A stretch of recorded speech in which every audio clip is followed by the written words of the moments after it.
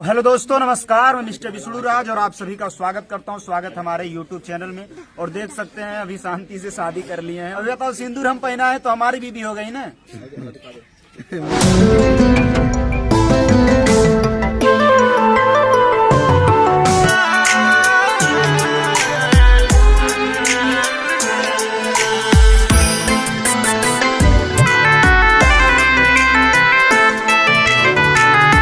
किस्मत में लिखल गरीबी हो बा, हमनी के बदनसीबी हो। जन्म में मिलन न हो पाई बा, जमाना बनल विरोधी हो। हमनी के भोले लोगवा ले ले जानू हो, प्यार करे वाला के मिलावे ले भगवान हो।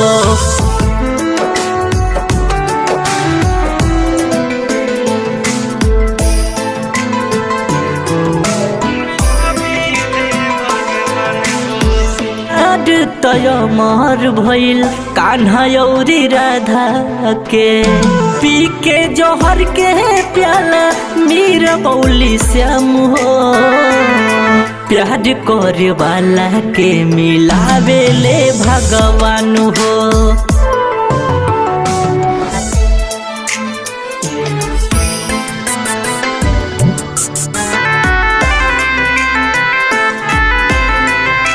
तोहरा साथे जिए मरे खैनी कसम हो। तोहरा साथे जिए मरे खैनी कसम हो। प्यारी के खातिर लैला मजनू दिहले जानू हो।